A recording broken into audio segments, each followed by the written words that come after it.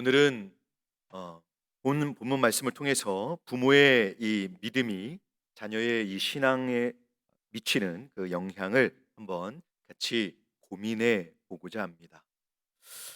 이전에 저는 그 야곱의 삶을 살피는 창세기에 나오는 야곱의 삶 전체를 살피는 뒤틀린 인생을 향한 하나님의 열심이라는 책을 청년들과 함께 읽던 중에 오늘 본문을 아주 좀 이렇게 어, 심각하게 배우게 되었습니다.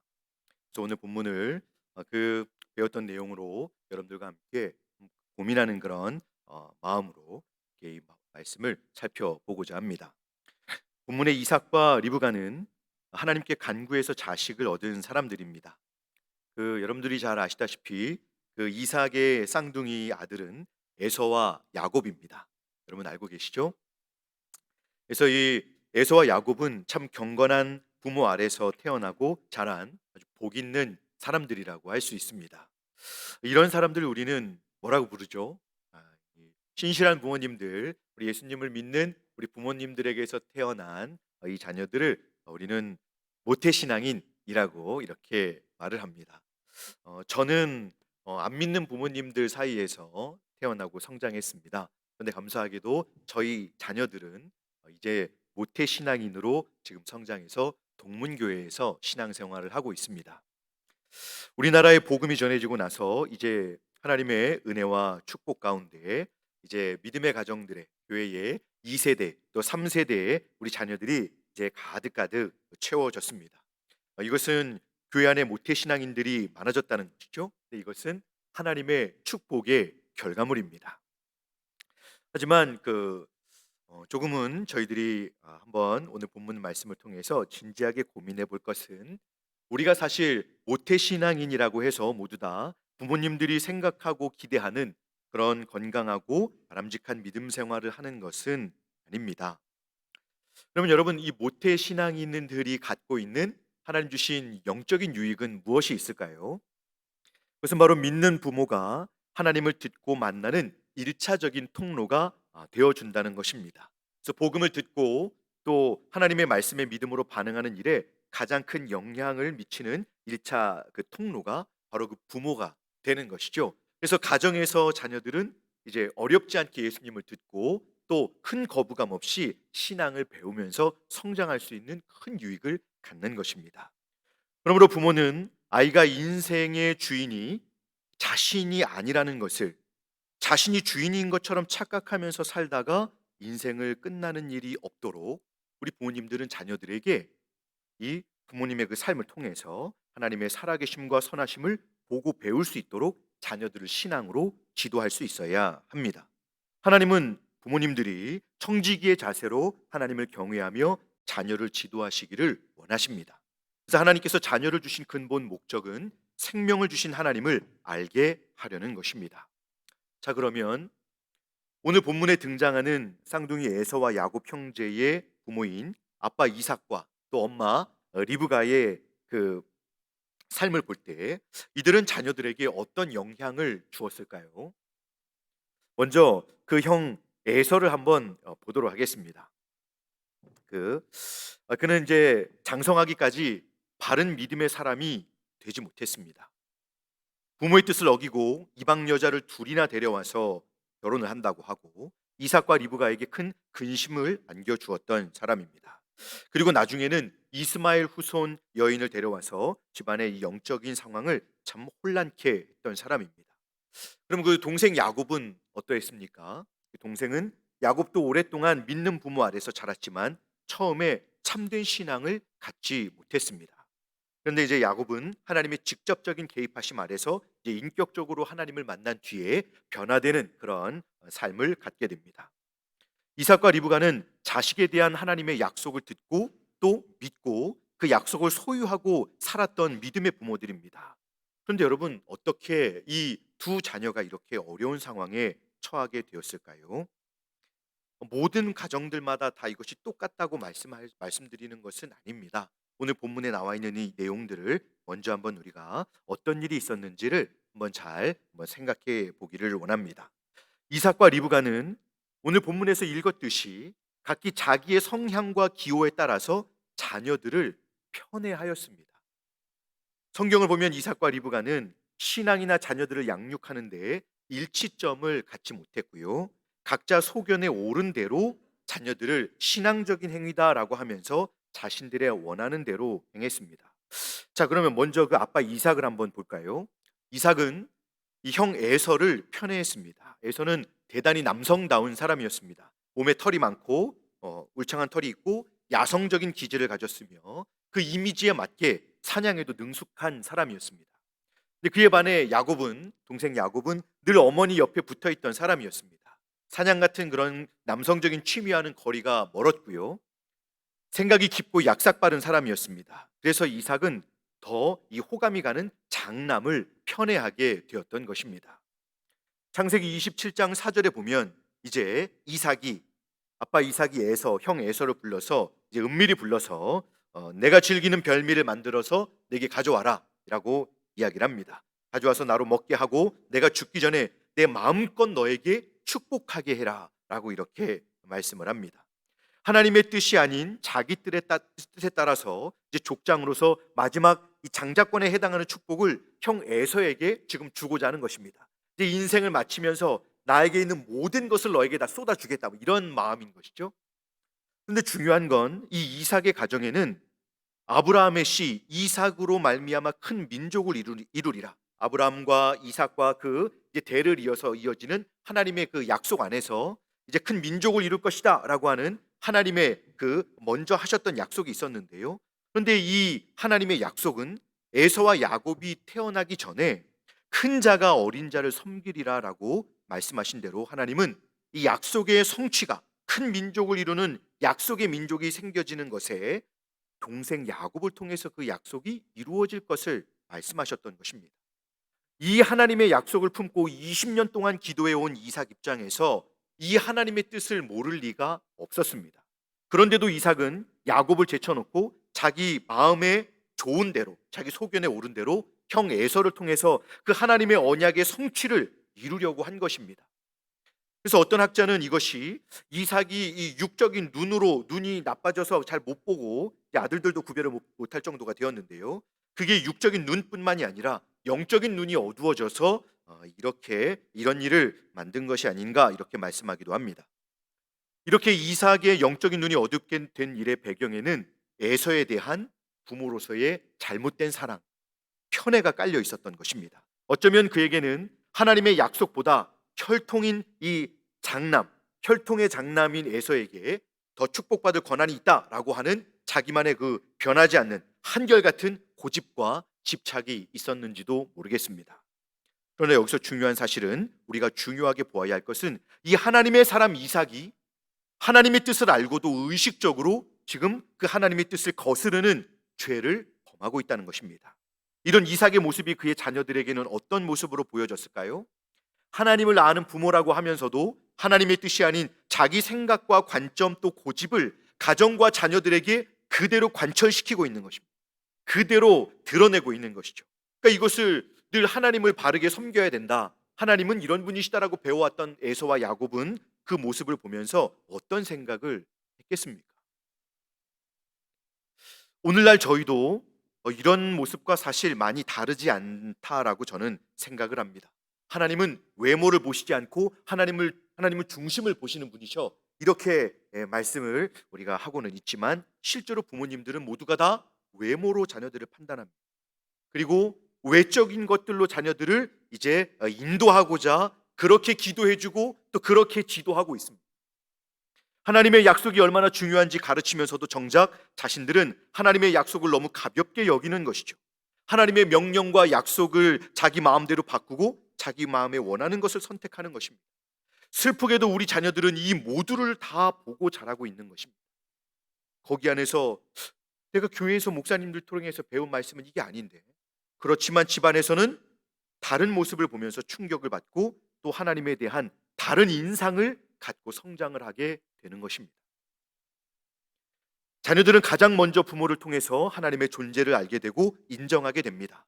그런데 부모님의 신앙이 교회에서 배우는 것과 가정에서 지도하는 것이 다르다면, 일관성이 없다면 자녀도 하나님을 경외하고 의지하는 바른 신앙을 갖는 것이 참으로 어렵습니다. 그들은 부모의 삶을 통해서 하나님의 살아계심을 확인하지 못하기 때문에 부모님의 입술을 통해서 들었던 진리가 사실임을 온전히 받아들이지 못하게 되는 것입니다. 그런데 여러분, 이삭이 에서를 이렇게 자기의 어떤 특별한 사랑으로 아끼면서 가져온 큰 비극은 다른 것이 아니라 이 에서가, 사랑하는 자녀가 하나님께 나아갈 수 있는 길을 그가 막고 있다는 것입니다. 이삭은 인간의 본성대로 살고 있는 에서를 계속 칭찬하고 자랑스럽게 여기며 좋아했습니다. 결국 에서는 아버지에게서 하나님을 신뢰하고 의지해야 한다는 이 신앙적인 가르침을 제대로 얻지 못하게 되었습니다. 자녀가 아무리 사회적으로 인정받고 뛰어나다고 해도 그에게 하나님에 대한 믿음이 없고 순종의 태도가 없으면 우리 부모들은 이 일을 엄격하게 다뤄야 하는 것입니다. 공부 잘하고 교회 밖에서 칭찬이 자자하고 돈 많이 벌고 부모님이 자랑하고 다닐 만한 그런 상황을 만들어주는 그런 자녀가 있다고 했을 때, 주님을 떠나 그가 계속 그런 삶을 살고 있는 것을 우리가 계속 칭찬해주면 그 자녀는 시간이 지나면 지날수록 자기 자신만을 더 신뢰하고 하나님께는 더 마음을 단단하게 붙이게 될 것입니다. 이삭은 하나님 앞에서 에서를 붙들고 기도하며 인내로 가르쳐야 했습니다. 아들아, 지금 너가 누리고 있는 이 모든 것들 다 좋지만 너가 하나님을 순종하지 못하는 이상 이거는 결코 너에게 좋은 결론으로 끝나는 일이 아니다. 계속 이렇게라면 이 멸망의 길로 가게 될 수 있으니 우리 무엇보다도 살아계신 하나님을 다시 한번 믿어보자. 다시 하나님께 나아가자라고 가르쳐야 했던 것입니다. 그러나 이삭은 부모가 자녀에게 행할 수 있는 제사장과 선지자와 같은 이 권위를 사용하지 못하는 과정 가운데 자녀가 반성하고 영적인 전환점을 가지며 하나님 앞에 돌아올 수 있는 그 일에 기여하지 못하게 되었습니다. 이것은 너무 슬픈 일이 아닐 수 없는 것입니다. 우리는 이런 일이 가정 안에 있지 않도록 우리 부모 세대들은 우린 더욱 깨어서 우리 자녀들이 어떤 믿음의 삶을 살고 있는지를 우리는 계속 살피고 우리 자녀들을 권면해야 합니다. 자녀들 앞에서 진실한 선지자와 또 전도자가 될 수 있어야 한다는 것입니다. 자, 여러분, 그러면 아빠 말고 지금 엄마 리브가는 어떤 모습이 있었는지 한번 잠깐 살펴보겠습니다. 안타깝게도 엄마 리브가도 아빠와 별반 다르지 않았습니다. 지금 이 엄마는 에서와 야곱 중에서 집에 있기를 좋아하고 상대적으로 이 정서적인 교류가 잘 되는 이 딸 같은 아들 야곱을 더 사랑했습니다. 그러니 사실 엄마 리브가가 야곱을 편애했던 결정적인 이유는요, 사실 너무 딸 같아서 좋아했다기보다도 사실 이 리브가는 하나님의 약속을 기억했기 때문에 야곱을 더 사랑했던 것입니다. 리브가는 하나님이 하신 약속 때문에 반드시 야곱이 축복을 받아야 한다라고 생각을 했습니다. 그래서 이 약속된 하나님의 축복을 형 에서가 아니라 바로 이 야곱 자신이, 야곱 그 사랑하는 아들이 받아야 된다라는 것을 생각을 하고 거짓된 방법으로 아버지를 속이고 그 축복을 가로채게 만듭니다. 이게 여러분 엄마가 시킨 일이에요. 엄마가 사주한 것입니다. 어떻게 보면 리브가는 나이 들고 눈 어두운 남편이 하나님의 뜻을 거스리는 것을 막으려고, 여보, 그게 형이 아니라 동생에게 가야죠, 이렇게 하면서 이 남편을 설득한 게 아닙니다. 여러분, 부부간에 소통이 없습니다. 이 중차대한 일을 놓고도. 그러면서 이 엄마 리브가는 하나님의 약속이 하나님의 때에 하나님의 방법으로 반드시 성취된다는 것을 믿지 못하고 그 형의 축복을 빼앗아 오도록 동생을 내몰게 됩니다. 아들에게 말하니 이 변장을 하고 가서 아버지를 속이라고 하자, 여러분, 이 야곱이 겁을 먹지 않겠습니까? 자기는 이 울창한 털도 없고 자기는 맨들맨들한 사람인데 모든 책임을, 그러니 엄마가 이제는 자기에게 돌리고 자기가 모든 것을 책임질 것이니 너는 가라라고 해서 이 엄청난 이 사기극을 진행하게 된 것입니다. 이것은 자녀 앞에서 하나님은 자신의 약속이 반드시 이루어지게 하시는 분이다라고 하는 믿음을 보여주셨어야 하는 그런 자리임에도 오히려 그런 하나님은 온데간데 없고 축복을 받아서 빼앗아 오라라고 만드는 이 일을 하게 한 것입니다. 이 일들이 하나님의 손안에서 이루어질 것을 신뢰하는 믿음은 이 상황 속에서 결코 드러나고 있지 않습니다. 자녀들은 여러분 듣지 않는 것 같은데 부모가 말한 것은 다 듣고 있고요. 다 기억하고 있습니다. 어느 날 아내하고 이야기하고 있는데 이것은 어떻게 된 일이지라고 아내한테 물었는데 저쪽 방에 있는 딸이 대답하고 이쪽 방에 있는 아들이 대답하는 일이 있습니다. 얼마나 놀랐는지 욕했으면 큰일 날 뻔했다 이런 얘기도 했었습니다. 여러분 에서와 이 야곱 쌍둥이 형제는요 공의롭고 이 거룩하신 하나님에 대해서 들어왔습니다. 하나님은 죄를 싫어하시고 공의를 원하시는 하나님이라고 바로 그 부모님들에게서 배웠던 것이죠. 그런데 정작 그것을 가르치셨던 부모님들이 거룩하신 하나님 앞에서 이런 죄악된 방법들을 동원하는 모습을 그 자녀들이 보고 있었습니다. 자녀들이 얼마나 혼란스러웠을까요? 맞아. 형이 복을 받는 게 맞지. 하나님은 우리한테 잘못 말씀하신 건가? 이렇게 얼마나 혼란스러웠을까요? 부모님이 가정 안에서 편애를 하면서 형제 사이에 큰 상처를 주는 일이 먼저 있었고 이 일을 넘어서서 하나님은 이 죄와 속이는 것을 싫어하신다라고 가르쳐 놓고는 자신들이 수단과 방법을 가리지 않고 거룩하지 않은 방법으로 하나님의 일들이 이루어지는 것을 그들은 이렇게 이 경솔히 생각하고 그들은 믿음의 행동을 하지 못했던 것입니다. 여러분 그러자 에서와 야곱이 하나님께 어떤 태도를 보입니까? 진실함이나 겸비함이 없습니다. 하나같이 이후에 나오는 모든 성경의 기록에 보면 너무나 자기중심적입니다. 자기밖에 모릅니다. 하나님도 안중에 없고요. 부모님도 없고요. 자신의 뜻만을 가지고 살아가는 그런 사람들이 됩니다. 하나님이 약속을 이루실 것에 대한 믿음을 가지고 진실하게 겸손하게 순종하는 모습을 보이지 못하는 것입니다. 근데 여러분 이것은 가정 안에서만 일이 아닙니다. 교회에서도 그런 것입니다. 우리 교회의 성장 세대들 또 우리 교회 안에 이 보내주신 새신자들은 신앙 안에서 가르침을 받는 대로 또 우리 신앙적인 그런 옆에 함께 신앙생활하고 있는 여러분들의 저와 여러분들의 신앙적인 삶과 인격의 이 모범을 보면서 성장을 해야 합니다. 우리는 교회 안에서 어떠한 모습으로 지내고 있습니까? 우리 자신들의 신앙과 하나님을 예배하는 모습 또 지체들을 섬기는 삶에서 얼마나 우리의 진심을 담아내고 있습니까? 물론 여러분 실수나 아니면 여기서 어떤 오해나 이런 것들이 완전히 없을 수는 없습니다만은 우리가 얼마나 진실하게 또 그런 영혼들을 배려하면서 우리가 참 소홀히 여김이 없이 그렇게 잘 섬기려고 노력을 하고 있는지 돌아보아야 하는 것입니다. 이와 같은 모태신앙 자녀들이 청지기요 먼저 된 저희의 잘못된 믿음 때문에 오래 방황하고 교묘한 죄악을 짓는 것은 아닌지 우리 성도님들은 항상 두려운 마음으로 우리는 한번 자신들을 돌아보아야 하는 것입니다. 그러므로 이제는 부모된 우리들이 우리 신앙의 문제를 한번 정직하게 돌아보는 그런 시간이 있어야 하는 것입니다. 우리 앞선 이들 곧 부모와 교회에 앞서서 섬기는 저희의 이런 이중적인 모습들이 혹시 있다라고 한다면 이것이 당장 부각되지 않는다고 해서 아무 문제가 없는 것이 아닙니다. 이런 식의 작은 행동과 태도들이 결과적으로 우리 자녀들의 머리에 남아서 그런 것들을 보고 배우고 또 그런 것들로 인해서 고민하면서 혼란스러워하면서 성장하는 우리 자녀들은 그 어려운 상황 속에서 그런 것으로 인한 이 부정적인 영향을 받으며 신앙 태도와 하나님께 대한 인식이 세워진다라는 것을 우리는 기억해야 하는 것입니다. 그러면 이런 잘못을 우리가 범하지 않는 첫걸음은 무엇일까요? 그것은 먼저 온 가족이 하나님의 말씀으로 일치되는 일입니다. 특별히 교회에 앞서서 이 가정의 중심이 되는 부모님들이 하나님의 말씀과 온전히 일치된 모습을 보이려고 굉장히 노력을 해야 하는 것이죠. 이삭과 리브가는 하나님의 말씀 앞에서 일치된 모습을 보이지 않았습니다. 특히 가장인 이삭은 하나님 말씀보다 자기 생각과 기호를 그 앞에 두고 그 가정을 영적으로 혼란한 상황에 빠뜨리는 일을 했던 것입니다. 우리는 명심해야 합니다.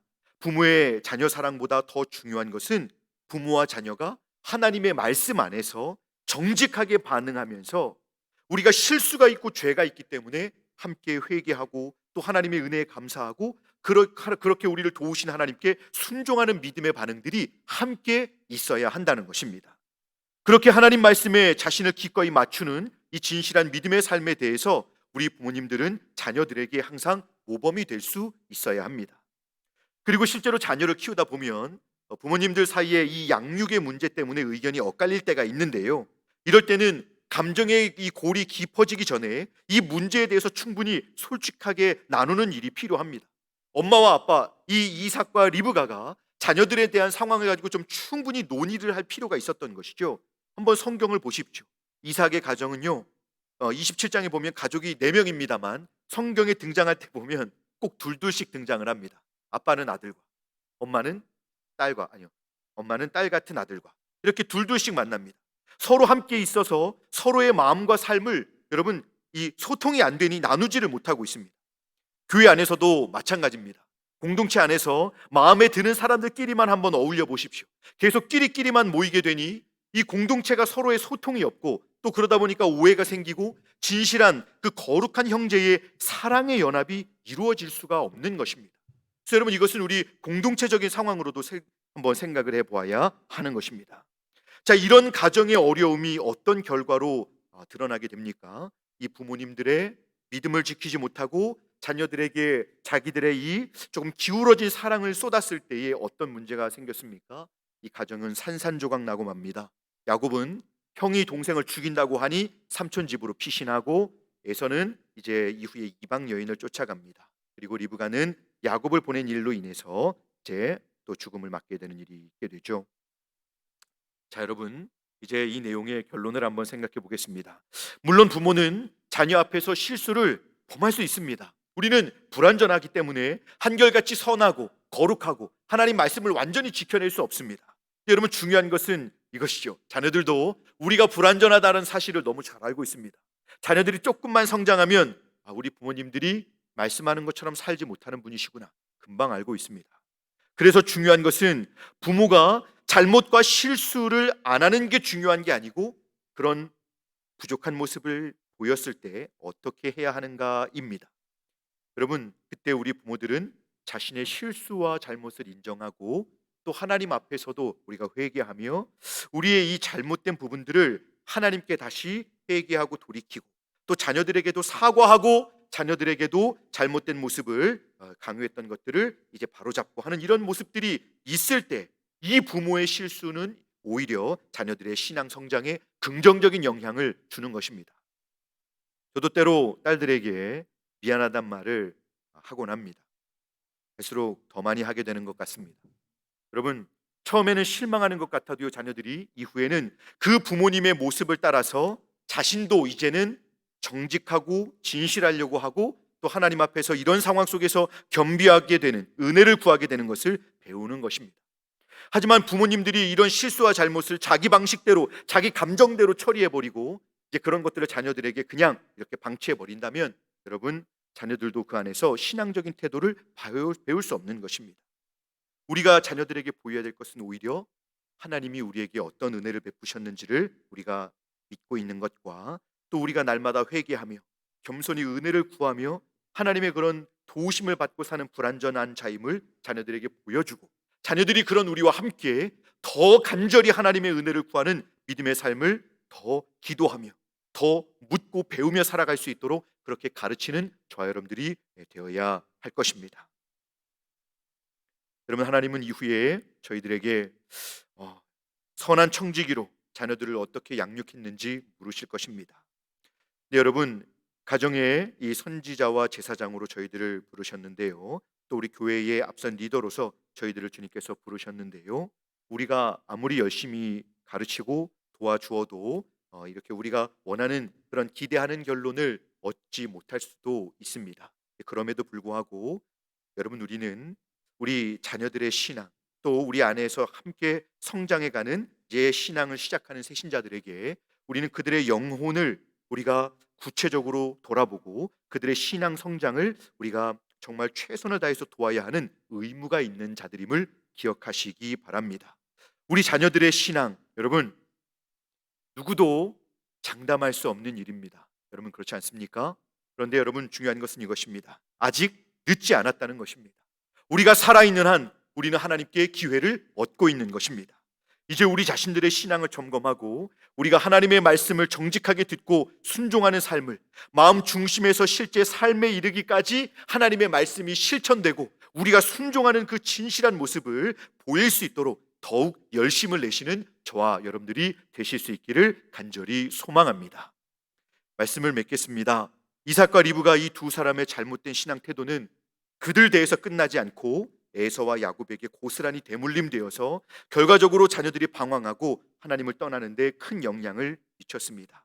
이제는 우리 모두가 이 가정의 부정적인 상황을 한번 우리가 거울 삼아서 우리 자신의 가정과 우리 교회를 진실하게 돌아볼 수 있기를 원합니다. 그래서 우리는 우리 자녀들의 신앙생활, 자녀들의 영혼 구원의 문제, 다른 것이 아니라 우리 아이들의 신앙 문제, 구원의 문제, 내 자녀들의 영원한 생명이 달려있는 이 영혼 구원의 문제, 진실하게 하나님을 예배하며 믿음의 삶을 살아가는 이 신앙생활의 문제를 우리가 다시 한번 중요하게 생각하고 우리 자녀들에게 다시 한번 주님의 마음으로 다가가서 건강한 믿음의 삶으로 그들을 위로하고 격려하고 돌아올 수 있도록 그들을 주님의 품으로 다시 한번 이끌어주는 저와 여러분들이 되실 수 있기를 주님의 이름으로 축복합니다.